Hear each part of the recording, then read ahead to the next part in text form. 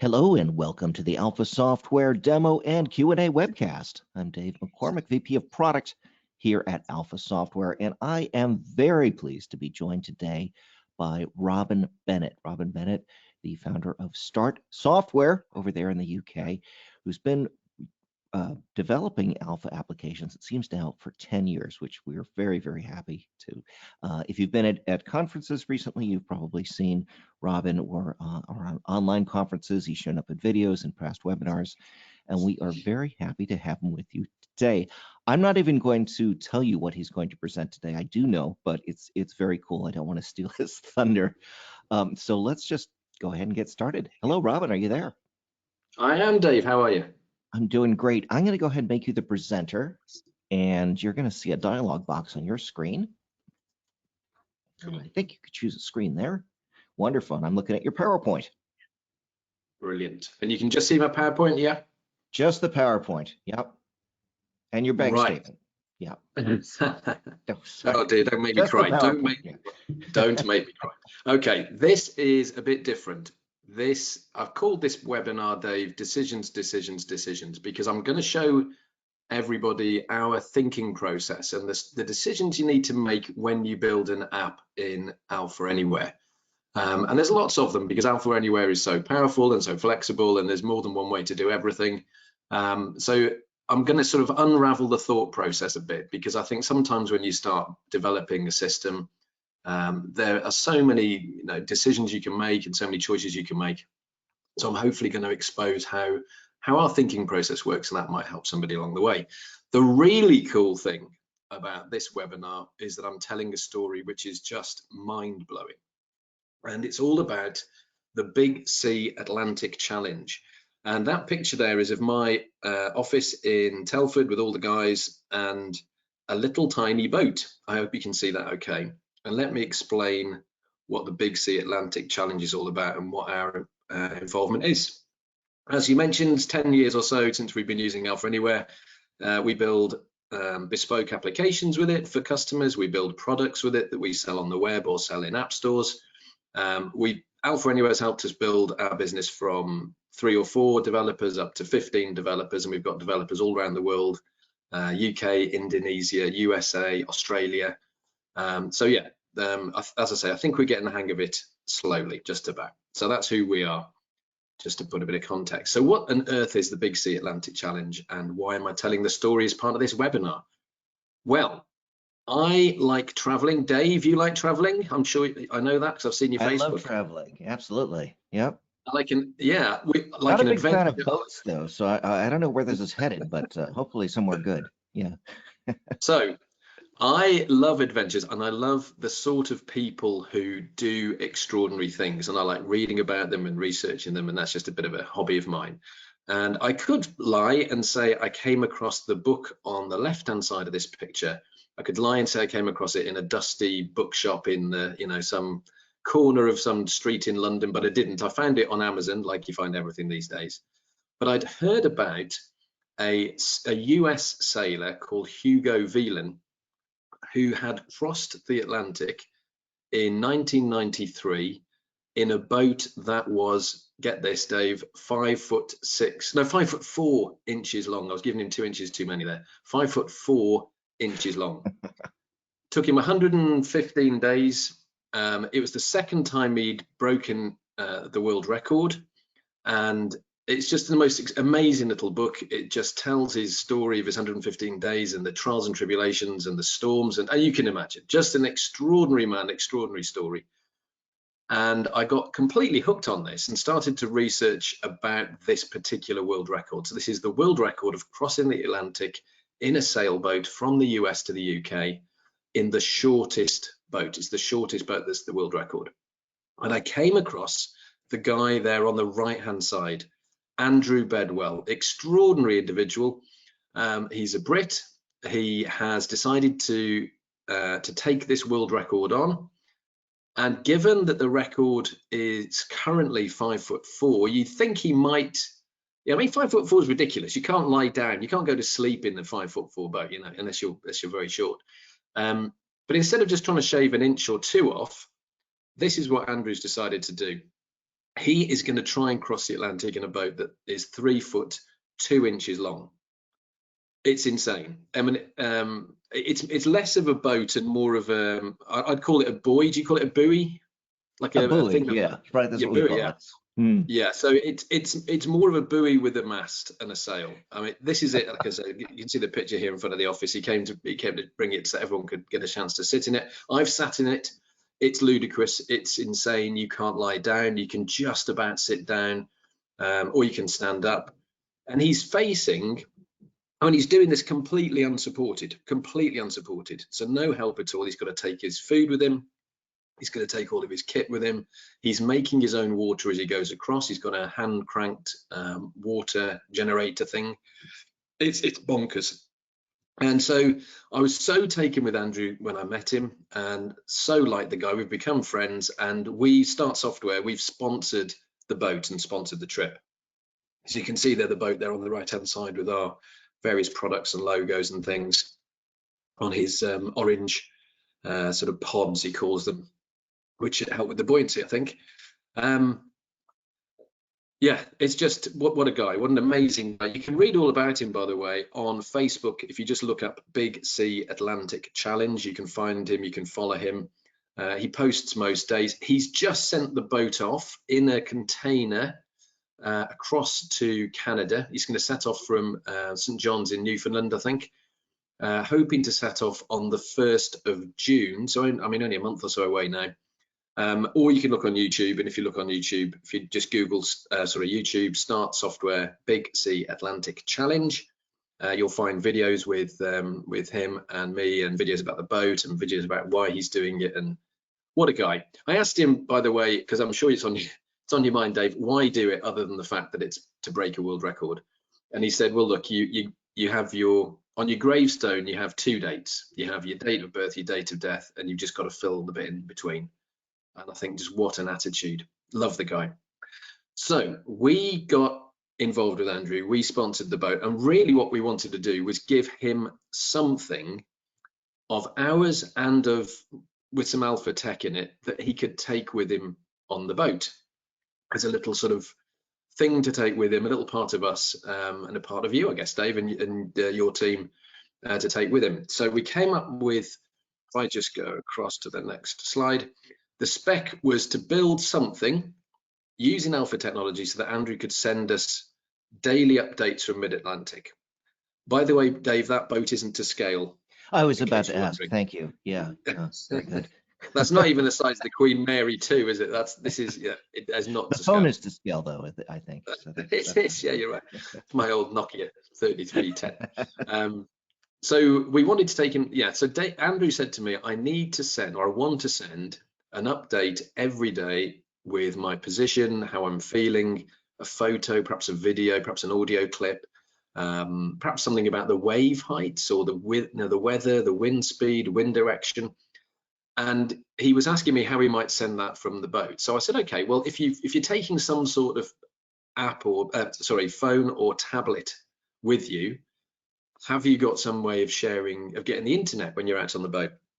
And he said, yes, he thought so, because he's got solar panels, so he's got very limited amount of energy each day, but he's got, I think it's like a satellite phone type thing, and I think that can generate a Wi-Fi hotspot. I think that's the gist of it. He's fitted all the electronics now, so we're sort of a little way down the line, but that seems to be where we're heading. So if he can get internet access on his device for a few minutes a day via this satellite phone without running out of energy, then we could build him something so that he could send us an update. And those updates we'll be plotting on a map, and we'll be hosting that website and sharing it out on his Facebook. So over the 3 months or so that he's going to be at sea, you'll be able, everyone will be able to track where he is and how he's doing and see his updates and things. Does that make sense, Dave?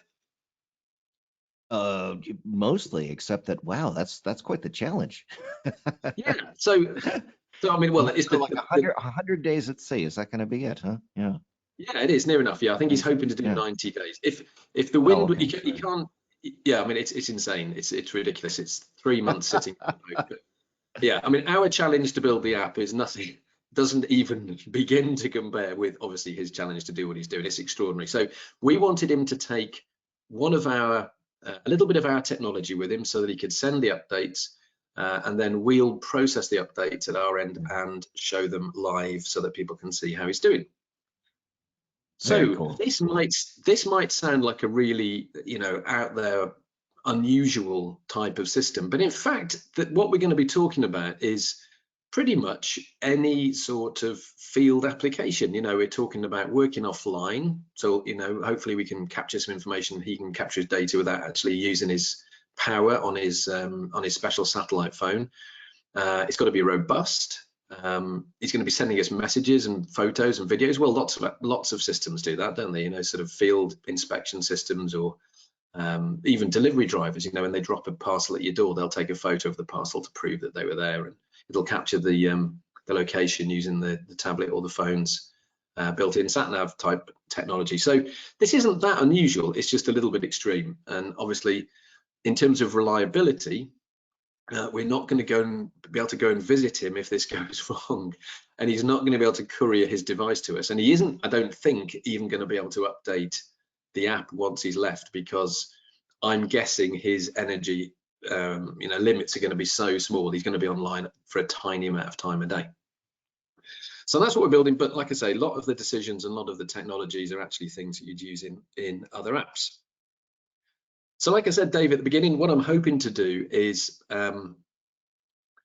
try and show our thinking process, our thought process, some of the decisions that you make when you build any sort of system using Alpha Anywhere, because I'm hoping it's going to be useful. And I'm hoping, Dave, you're going to interact with me. So so it's not just sort of my ideas or my thinking that's coming through, because, you know, not one of us has all of the answers, that's for sure. I will interact. In fact, I'll probably just disagree with your decision at every turn just to keep it interesting. How about that? With that, Oh, that's lovely. I'm still looking forward to that. That was actually the first thing that I was thinking is, are you going to do this as a, you know, is it going to be, and I was thinking offline data, it makes sense to do it as an app, some sort of Cordova implementation, but I'm sure you'll show us what you're going to do.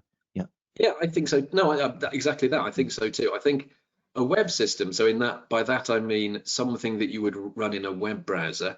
Yeah. I'm thinking, Dave, his internet is not going to be stable. It's not going to be particularly quick, I wouldn't have thought. And the worst thing for him, I imagine, is sitting there typing in a message to us, recording a video, taking a couple of photos, and then just as he presses submit, the internet goes, or a wave comes overboard, yeah, sure. So I'm thinking app. So I think we're both in agreement on that one.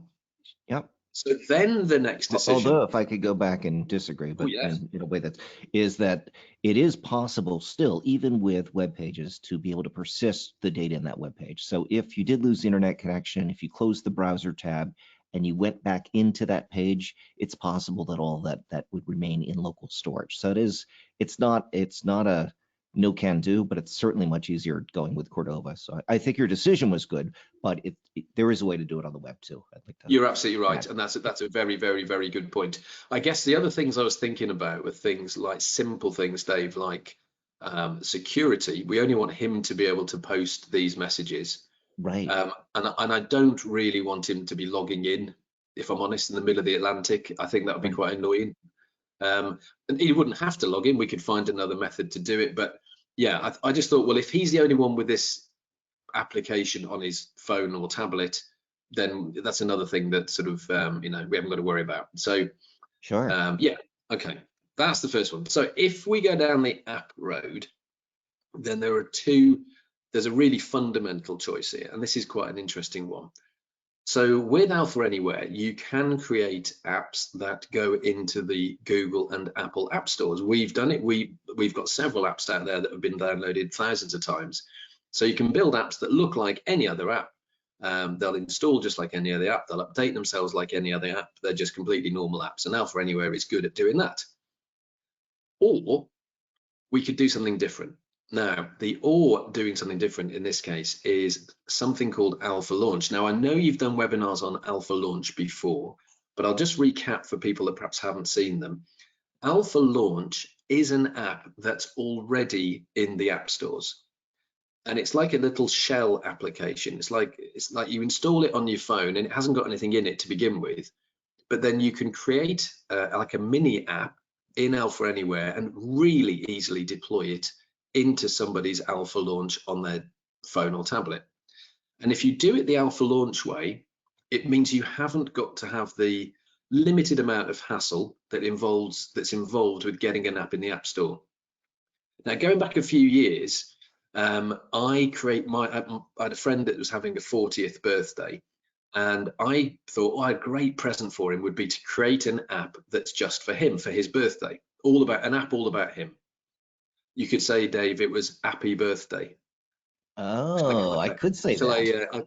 I'll get my coat. Thanks, anyway, Robin. Yeah. it's worth a go. So I built the app, I submitted it to the app stores, and would you believe Google rejected it on the basis that it was not of interest to enough people. Now, he found that personally offensive. Clearly, he didn't appreciate that comment. But I get the point. So on this basis, if this app looked like it was just for Andrew on his voyage, I guess we might have the same issue. So we might have to dress it up as something different, and then it's like, this is going down the road of hassle. So I'm leaning towards. I suppose thinking about it. Sorry to interrupt, but no, go for it. Just say it's really for anyone who wants to go across the Atlantic in a 3-foot 2-inch boat. So, that would have, yeah, right. That would have been my response to Google. Yeah, think more creatively, guys. Yeah, this could be starting a trend. Yeah, right. Yeah. Okay, well, on the basis that there aren't that many people mad enough to do this, I thought Alpha launch, because he can install it now, we can build the app, he can easily update it, it's easy to deploy. So that's the way we've decided to go. Alpha launch, if you're listening and you work for a big company, is great, because you can deploy it to your sort of sales team or your field service team or whatever. It's straight out of the app stores, there's no hassle, and then you can just deliver as many mini apps as you want, and they'll just appear in Alpha launch on your users' devices. It's really cool for that. So yeah, really nice bit of tech, and I know you've got a new version coming out soon, because you very kindly shared it with us to have a look at. So yeah, Alpha launch is the way we decided to go, and there's Alpha launch in the Google Play Store. Next decision, where are we going to host any sort of back end for this? Because almost all apps talk to a server of some type to do something or other, perhaps talk to a database or do some processing or whatever it might be. And in the classic choice is your own server, whether that server is actually on premise, in other words, in your own office or in an environment that you own yourself, or it might be your own server that's hosted for you somewhere, like by a server company, or you can deploy to Alpha Cloud. Alpha Cloud is the built-in deployment mechanism within Alpha Anywhere. It's hosted at the moment on Amazon infrastructure. It's fault tolerant, it has multiple servers involved, it has load balancing involved, it scales if you need more capability, and you can deploy to it straight from within Alpha. Also has loads of other benefits. When we got into Alpha, you can see which way I'm leaning here, Dave. I think I might be giving the game away. When we got into Alpha Cloud, for example, the ability to deploy any version of your software against any version of Alpha Anywhere is just insanely brilliant. So sometimes you develop an app and you put some feature in and the feature doesn't work quite right, and you can just instantly back it out on Alpha Cloud, or indeed you can try your system on a newer version of Alpha Anywhere or an older version if you've got a problem. So yeah, you can see where I'm leaning here. I think there's no competition on this one. Almost everything we do now, Dave, is deployed to Alpha Cloud, so this felt like anything that's mission critical. I mean, it's all managed, and Amazon is terrific. Alpha Cloud itself has been extremely reliable. So yeah, in fairness, we did last week's one. Oh, you were there for it, because I know you were, because you were chiming in. We did do a self-hosting one last week, if anyone wants to take a look. Oh yeah, cool. Oh yeah, yes, that's right. I saw how you got. But I wouldn't trust it for something mission critical going across the Atlantic. No. So that's okay. So we'll go Alpha Cloud. I think we're all in agreement. Yeah. And then the last one is, when Andrew posts us his updates, we're going to store them in a database. That makes sense. What sort of database would it be? So this, again, we've got choices here, and the two, the big fork in the road here is between SQL databases or NoSQL databases. And then once you've made that decision, you have to look at, okay, well, where's that going to be hosted? So is if you go with the SQL database, is it going to be in MySQL or SQL Server? And is that SQL Server going to be on your own server or on a hosted server or a service, whatever. This decision because there's a relatively small amount of data here that's going to come back. If he posts us an update every day or even 2 a day, it could be a couple of hundred records at most. It's tiny, really, the amount of data. It doesn't really matter. The tech doesn't really matter, if I'm honest. My own personal expertise, Dave, is in SQL Server, so I'm just going to go with SQL Server. But equally, this would suit a NoSQL database very nicely. And it's like, like I say, in this particular case, it doesn't really matter. This isn't a big choice. Almost all of our SQL databases now are actually hosted by Amazon in their RDS, relational database service cloud thing. So that's very cool and very easy. And if you've not looked at RDS and not looked at what Amazon can do there for you, or indeed Azure do exactly the same thing, that's the Microsoft one, and Google do the same thing, do have a look. It's a lot easier than setting up in your own databases. And again, you get the whole benefit of somebody else managing it and all the security layers, and it's just cool and easy. So SQL on RDS was the way I went. Dave, have you got any thoughts on that one? I think that's terrific. I too am more familiar with SQL, but that's, I think, because we've been doing this a long time. NoSQL is newer. So my next question, though, would be, of SQL databases, which SQL database did you choose? Did you go with the MariaDB? SQL Server is the one that I'm Great. Excellent. with. Yeah. Yep. Yeah, like I said, it could be MySQL, it could be anything, but SQL Server is my particular bag. So I'll tell you what, let's do something. Let's actually create a table. So it might be that people aren't familiar with creating tables in SQL Server. So if you're not, I'll show you how to do that just very briefly, and we'll design a table together. SQL Server Management Studio, which you can get. Yeah, so this is management. Yeah, it's a great. Yeah, so Management Studio is the tool that you use to interface, to talk to SQL Server. Some people do get confused by this, Dave. They think that Management Studio, they think I'm in SQL Server here. I'm not. SQL Server is a service that looks after my data.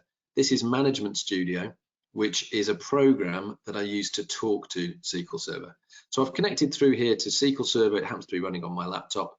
I've got a database I've called Big C, and I've got some tables here, and I'm going to create us a table that's going to work for this application. So I'm going to just create some columns. I'm going to having an ID column, and I'm going to make that an identity column, which means it's going to automatically generate a next number each time I do a record, and I'll set that as the primary key. So this is going to be a record counter that is the primary key. I think we're going to want to know when he sent us the message. We've got the message itself. So what I'm doing here is just creating all of the fields I need to store the information. So he's going to send us a message on a particular time. What else do we need? We're going to want to know where. Well, he might send us a photo. So we'll have a photo field.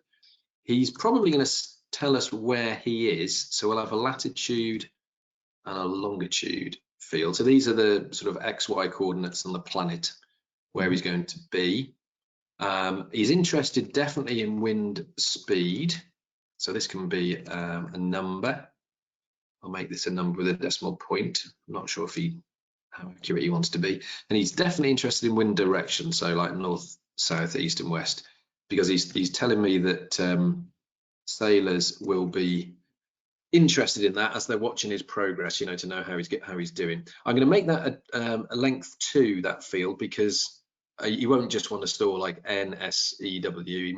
I'm going to think he's going to store like southeast and northwest and that sort of thing. What else might we want? I think that will probably do for now. Actually, I'll have a level 1 that says weather, which could just be like a little summary of the weather. So I'm going to save that table away, and I'll call that webinar message. And that's how you create a table using Management Studio, talking to SQL Server, and this table is what we're going to work with the rest of the webinar. Make sense, Dave? Looks great. Okay, that's done that live. Right, here's a nice little decision. So we're going to be building a screen in a minute in Alpha Anywhere that's talking to that table. So this is the screen that he's going to be using to key in his messages to us, key in his updates. And Alpha's got it's got lots of ways of talking to database tables, lots and lots and lots. But the two ones that I want us to think about here are either what's called a data-bound UX or a list. And I think what we'll do is I'll actually build both of these, Dave, live, and then we'll talk about the pros and cons as we're building, because it's really easy to do both. So what is a data-bound UX and what am I talking about? Well, if you've used Alpha, you'll recognize the interface here. What I'm doing is I'm creating a new component, a web component, and the UX component is the basic building block of most applications these days. There are lots of other component types, but the one you'll be using most, generally speaking, is a UX component. It's a general purpose user interface component, what other development platforms might call a form. And I'm going to start with a blank one. And the first one I'm going to build is going to be a screen where there are boxes on the UX, there are controls, as we call them, where he's going to be filling the information in, and those controls will be hardwired to the fields in the table I just created. Now I could add the controls one by one, but I'm going to show you all of the shortcuts here that Alpha give you, which are just genius.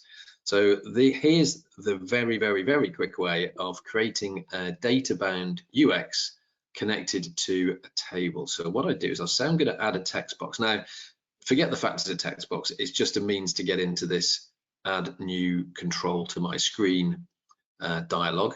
I'm going to create multiple controls at once, and I'm going to populate them from a table. Now here it's saying, well, what table do you want me to read, to understand, to build this screen for you? I've already created what's called a connection string, which is the link between my application and my database. So that's what this is here. We could cover that off if we want to later, but it's a nice simple process. And this webinar message is the table that we just created. Now by doing that, it's going to say, do I want all the fields from the table? Yeah. Do I want lots of useful stuff? Yeah. Just leave everything ticked. And what it's just done is created all of the controls that we need for Andrew to interact with that table, plus a few useful buttons. And we'll see them on the screen now. So we've got our ID field, a date, time, a message, a photo, and you can see it recognized that was a photo. So it's created it as a photo, as an image control type. The latitude, longitude, wind speed, direction, weather, and we've got some useful buttons as well. And that was like super, super, super easy. I'm going to save that away. So webinar data-bound UX. And then we'll have a quick look at that to see how it looks. And sure enough, it's going to look fine. Here we go. There's no records in it. Oh, I forgot to do something. I was going to say, whenever I create a table, Dave, in Management Studio, and I'm going to link it through to Alpha, what I tend to do in Management Studio is create a record so that I can, when I've created my UX, I can see that it's all wired up properly. So I'm just going to do that now. So I'm just going to put in a simple message to say, hello, webinar. Okay, so that's given me one record in the table, and I've used Management Studio for that.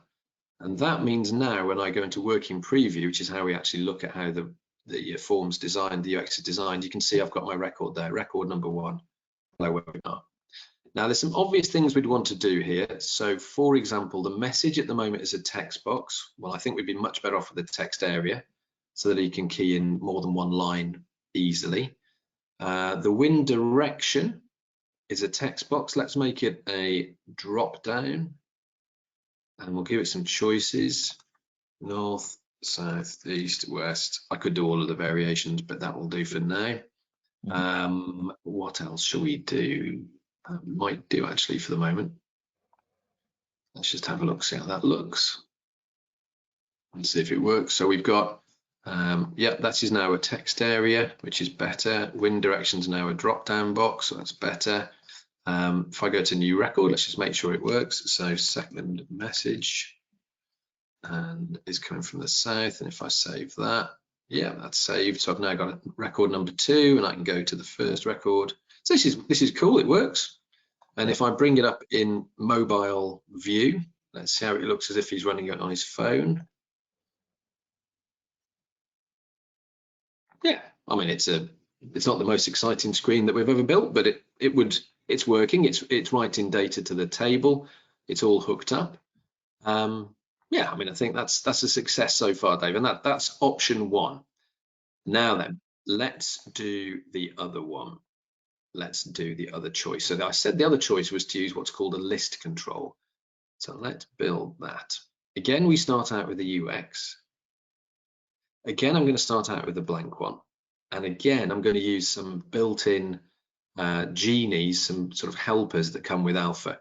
Now, this time, the control I'm going to add is a list.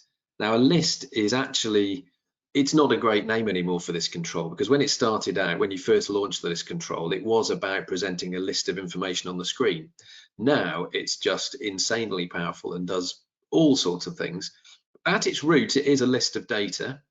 But for each row in the list, you can have what's called a detail view, which is like a mini form that's associated with that information. That's where you key data in.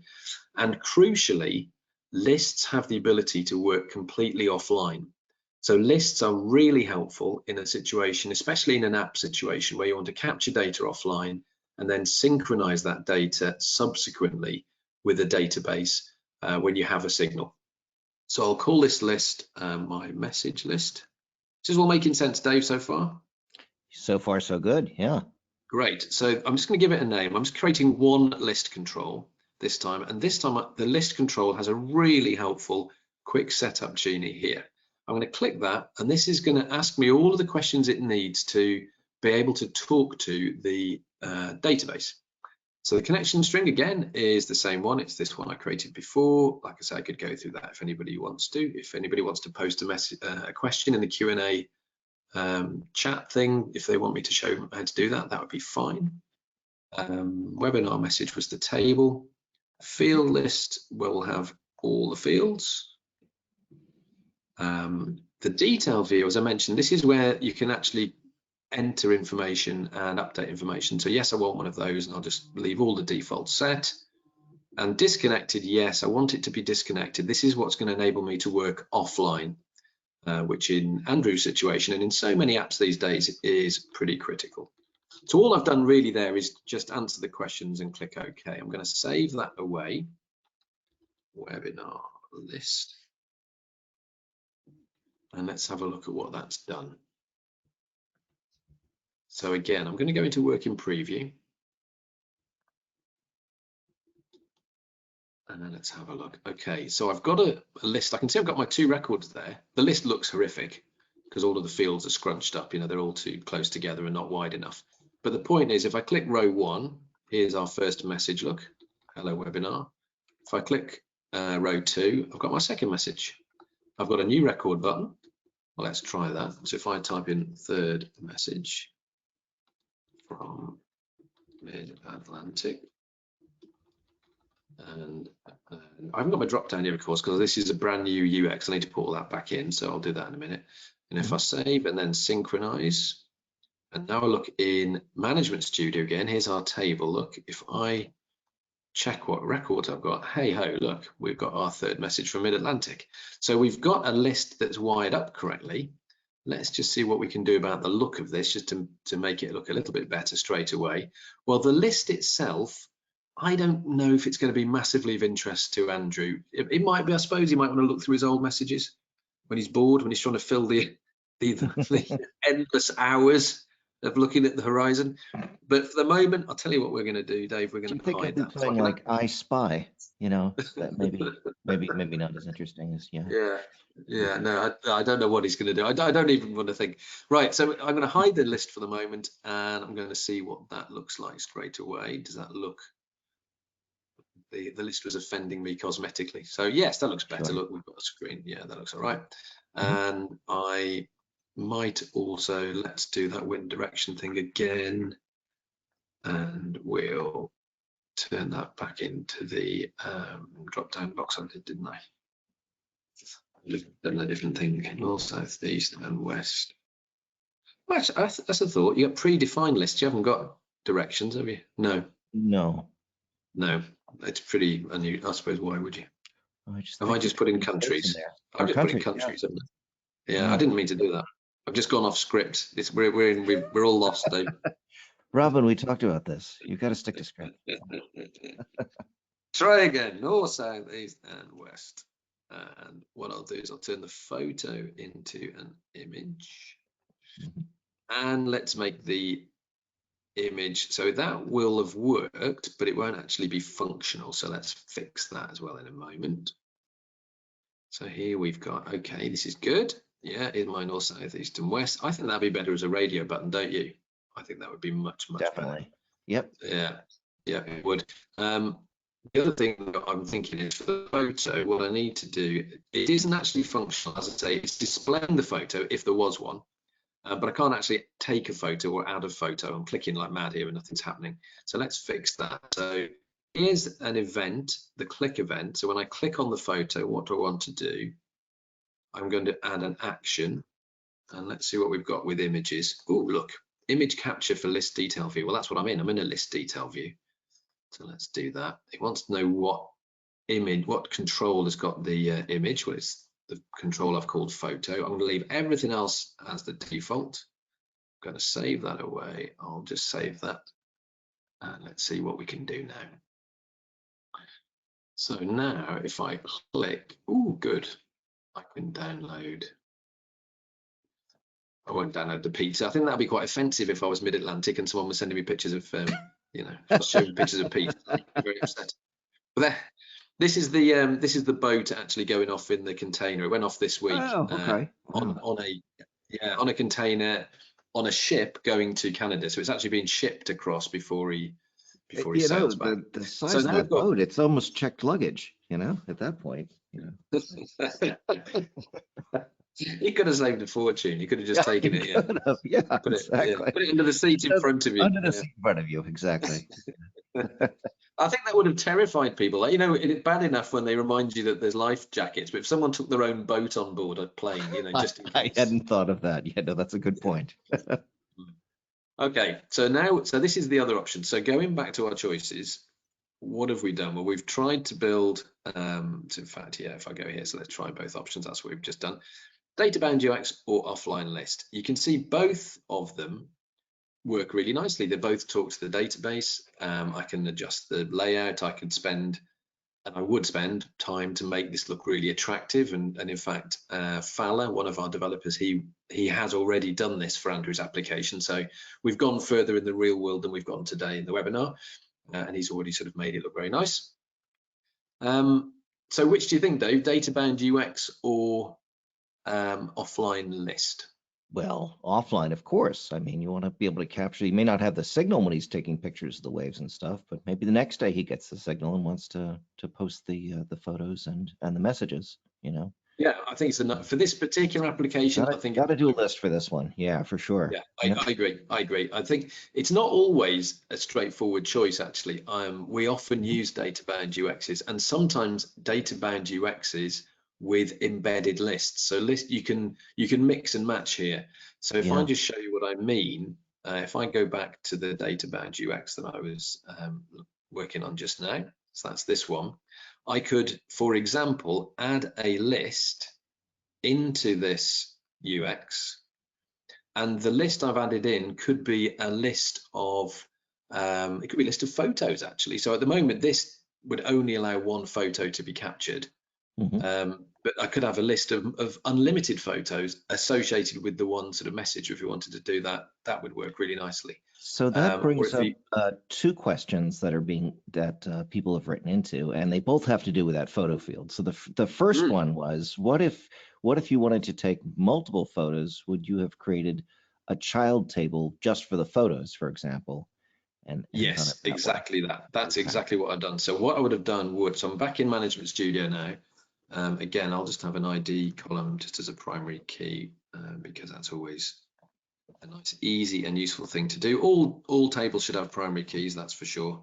Yep. So then we'd have a message ID column. This is the one that would link back. This is a foreign key. This would link back to the the main ID for the Webinar message. table you made, yeah. Yeah. Then you just have a photo field here. And if I call this the webinar message photos, So that's this job is done. another question someone asked, which is how is the photo stored in the database? And in this case, you're using SQL Server, and it's familiar with image as a data type. So that's It is. yep. So this is really convenient because, yeah, SQL Server knows what an image is and it has an efficient way of storing an image. There are other ways of doing it though, and it's a really good question. For example, I've seen it video in clips. blobs and it, okay, Yeah, exactly. So var binary is a really nice way to do that in SQL Server. So that just stores any type of binary information, in other words, anything, and of unlimited length essentially, and it's got an efficient way of doing that. That's the way you do it if you wanted to store a video, because SQL Server doesn't understand videos in the way it understands images.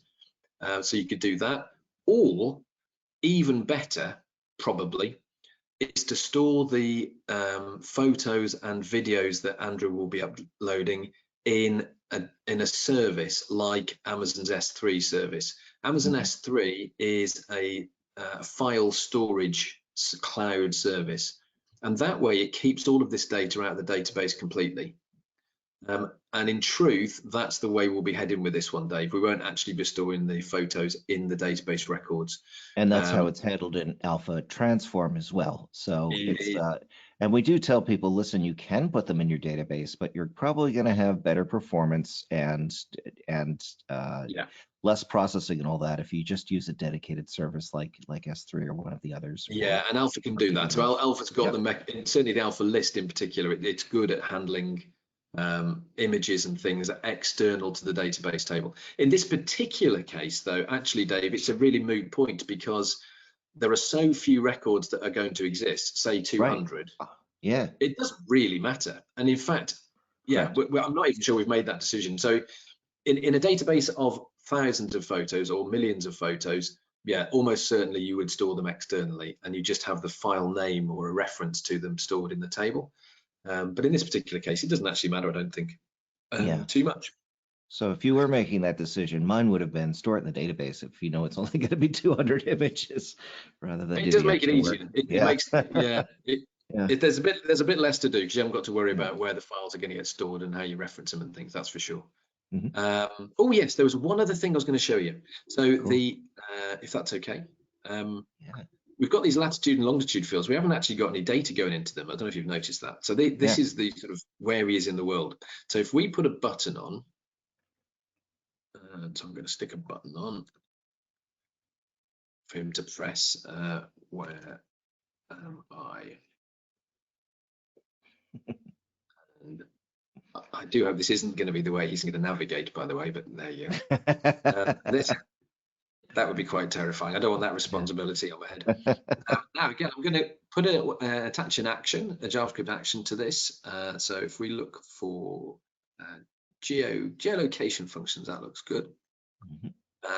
Okay, this can bring back the data, it says, and store it. So I'm going to store the information in fields. And oh, look, here we go. So in fact, it looks like, and this looks quite exciting, we can actually get more information about where he is than just where he is. It can also record the speed of him traveling. That's exciting. And the heading. So these would be really useful to do. So I think I'd actually be adding these fields here back in my table. Sure. So yeah, that would be very cool, wouldn't it? Altitude, you'd hope that wasn't going to be relevant because he's going to be at sea level the whole time, isn't he? So if that goes negative, there's serious problems. Yeah, even 1 foot would be a problem. Altitude. We'll just ignore altitude. And I suspect altitude works only in devices that support altitude. I mean, these are going back and they're using actually the hardware to determine things like which way are you going, where am I, and things like that. So it's I'm pretty sure all sat navs know the altitude. Actually, I don't know. Is that right? Oh, yeah, I think so. Yeah, I think so. I think they're all. I think they're all sort of three-dimensional because of the way the side. What am I? I'm talking nonsense here, Dave. I'm talking nonsense. Listen, right. I believe. Anyway, now I'm going to deliberately show you an error here because it will catch people out. I'm sure, like it caught me out earlier today when I was prepping for the webinar.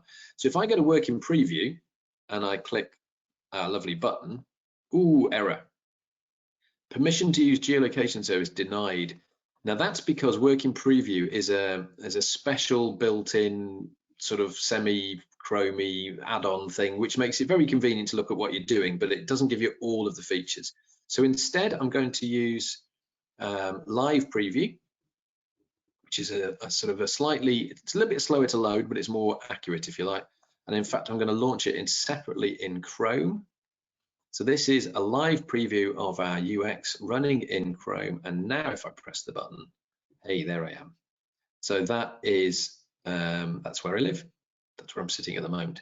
So you can see it's as simple as that. So he can have a button that he presses that's going to give him the latitude and longitude immediately and store it in those fields. That's quite cool, isn't it? Very cool. It's very cool. It's very easy and very cool. Right. Yeah. Good. Well, that's what I wanted to show you there. So we've made that decision. If I go back to my my slides, yeah. So it's going to be an offline list. So essentially, we've almost done it now. We've got almost done it. We've done the basics. We've got a list that saves data. We know it saves data to the database. We've checked that out. At the moment, this database is on my local machine. Well, that's not going to be any good. We need to move that into Amazon RDS or another database service, because that way his app can talk to it. That's fine. We've made the decision to use Alpha Launch. Alpha Launch is really straightforward. Loads of good documentation on that, and webinars and YouTube videos and things. So Alpha Launch is fine. So yeah, we're it's coming together. This version I've got on my screen here, Dave, is the one that Fala's been working on. So you can see he's starting to work on the cosmetics. Make it look nice. And if I just bring up the definition of that in here, you'll see how Fala's put that together. So again, I know in your webinars lately, you've done a lot on panel navigators and panel cards, and you can see how this is coming together. So he's got a front screen, which is the sort of just hello, good luck, Andrew type messages. And then here he's got the controls for recording the latitude and longitude and the save button and all the rest. And this is essentially exactly the same as what I just built, just made to look a lot nicer. And that's what we're working to finish off as at the moment. Now, we're well aware, very, very, very aware that if he's when Andrew's mid-Atlantic, if he has a problem with this, whatever problem that might be, he needs a backup. So in all of the kit he's taken with him, in all of the critical kit, Andrew's taking backups of, he's taken 2 of everything. And so he's got 2 water generators, and he's got, 2 rudders and 2 sails and all the stuff he needs. Yeah. Sure. So what would be a good backup for this? Well, you mentioned it earlier, and that is Transform.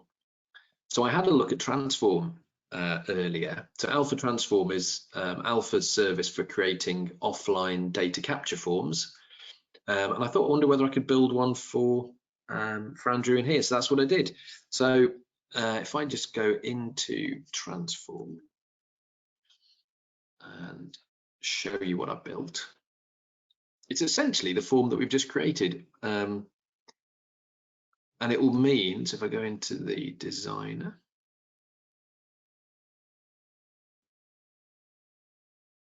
and look at the big C, you can see here are the fields here on the left hand side. So I've got a little heading, a section heading. I've got the date and time, I've got the location, which works. So you just tap it and it automatically comes up. When you're running this on your phone, Dave, you tap it and it geolocates and shows you where you are. This is the message that he's going to be typing in. So how's he feeling? He's got photos. Now what I've done here, this isn't linked through to a database, by the way. This data goes into Transform for us to download. So this isn't linked to a database. But by using the section idea, I think, or perhaps I need to do a group. I haven't finished working on this, but this could give unlimited. What you would do is it's called a data group, and if you wrap that in a data group, you can do unlimited. So it creates basically a parent-child relationship, like we were talking about before.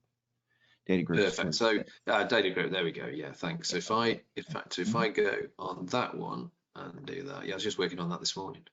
So there we go. So if I do that and move that one down. Yeah, cool. There we go. So I've got, so if I call this group, add a new photo, like that. That looks better. So yeah, now we've got unlimited photos that he could capture. In here as well, what else did I do? Oh yes, I put like a conditions thing, so sun, rain, cloud, mist, fog. I put that on, and I also use the audio control that's in Transform. So I thought he might just want to record a quick audio message, you know, for his supporters to listen to.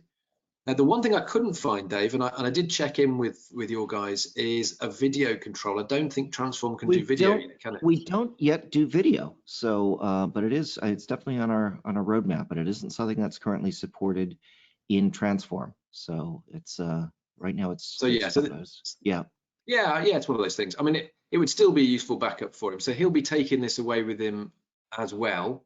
Yeah. So as well as Alpha Launch running our messaging app, Andrew's also going to take Alpha Transform with him, and this then is a backup. So if something goes wrong with our app, well, he can still use Transform. He just won't be able to send us videos. You know, now, Transform has the ability when records are submitted to automatically put those records into a SQL database. So you could conceivably have both of these apps basically reporting back to the same SQL backend if you chose to. So that's a really good idea. Yeah, because then we can just deal with the same information the same way. And if you're going to, because it sounds like you want to create some sort of mapping system to show, you know, to plot on a map as you go. So that would be really cool. So yeah, so that would be my next question. Have you thought about the map? Plotting? No, one thing you have until May 1st, I guess. So or June 1st. June 1st, yeah. So that's the job for next month. And I guess what we might do is, I think we might be joining you at the end of next month for a webinar as well. Perhaps we'll build that up together on that one. Fantastic. That finishes the story, then, doesn't it? That is very, very cool. Yeah.